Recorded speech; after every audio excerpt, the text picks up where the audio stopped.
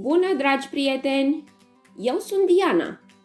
Bine ați venit sau revenit pe canalul meu. Dacă nu v-ați abonat, vă rog să o faceți. Videoclipul de azi conține 25 de întrebări de cultură generală din geografie. Sper să vă placă! În ce țară se află insula Bled?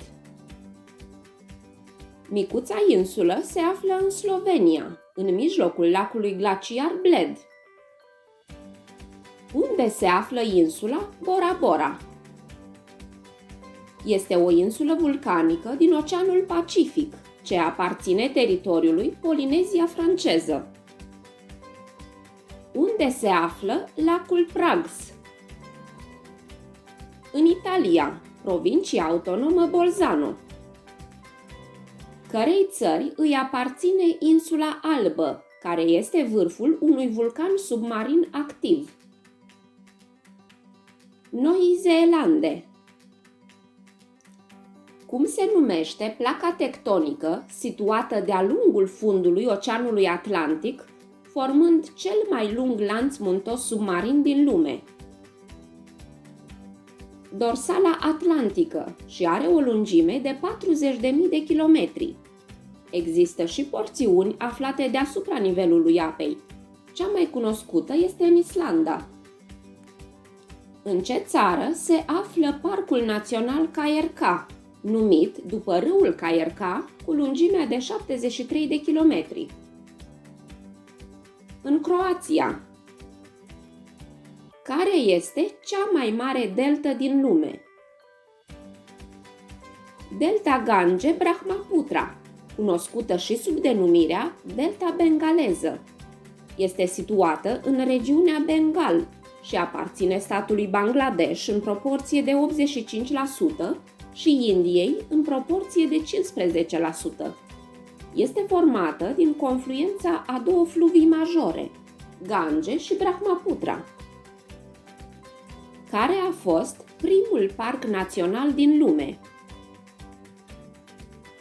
Parcul Național Yellowstone din SUA, care a fost întemeiat la data de 1 martie 1872.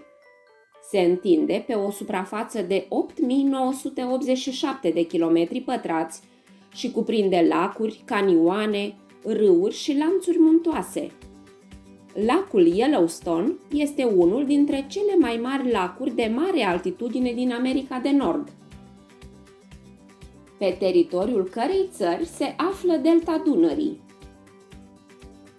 Delta Dunării, cu suprafața de 4.180 de kilometri pătrați, este pe locul 2 în Europa ca întindere și aparține, într-un procentaj de 82% României, restul fiind localizată pe teritoriul Ucrainei. Unde se află Marea Barieră de Corali? În Australia. În ce țară se află cel mai înalt vârf al munților Carpați?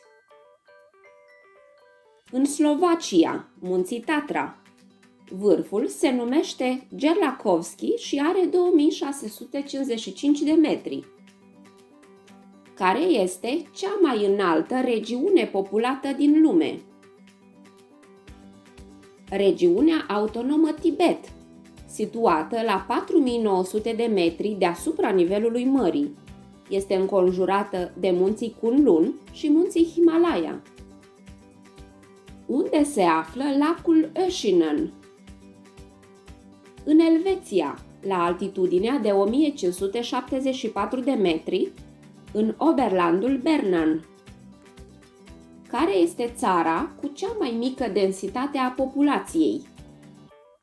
Mongolia. Unde se află lanțul muntos Monte Rosa?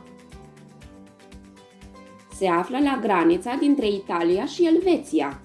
Cel mai înalt pisc al lanțului muntos este Duforspitze, cu altitudinea de 4633 de metri deasupra nivelului mării. În ce parc național se află geizerul cu cel mai înalt jet de apă din lume?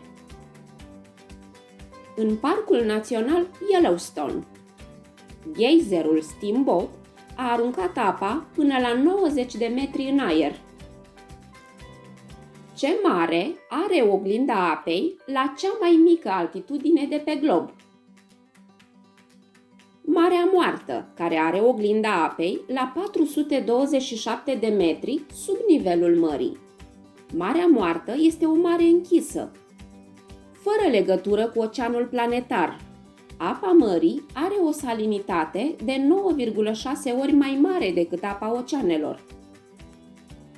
Ce mări sunt legate prin strâmtoarea Bosfor? Marea Neagră și Marea Marmara. Care este cea mai înaltă cascadă din Europa? Cascada Vinnufossen din Norvegia, care are o înălțime de 865 de metri. Cea mai înaltă cădere este de 420 de metri. Care sunt cele mai lungi chei din România? Cheile Nerei din județul Caraș-Severin. Distanța pe care se întind cheile este de circa 22 de kilometri. Care este oceanul cu cea mai mică suprafață? Oceanul Arctic, numit și Oceanul Înghețat, care este situat în principal în regiunea Polului Nord. Care este cel mai înalt vulcan submarin din lume? Vulcanul Makarov din Oceanul Pacific, având 5038 de metri altitudine față de fundul oceanului. Cărei țări îi aparține insula Corsica? Aflată în Marea Mediterană, insula Corsica aparține Franței. Ce capitală europeană se află la cea mai mare altitudine? Andorra la Vella, capitala Principatului Andorra, care se află la altitudinea de 1023 de metri. Pe ce continent se află munții Atlas? Se află în Africa. Se întind pe teritoriul statelor Maroc, Algeria și Tunisia. Dacă v-a plăcut acest videoclip, nu uitați să vă abonați la canalul meu și să-mi lăsați un comentariu. Pe curând!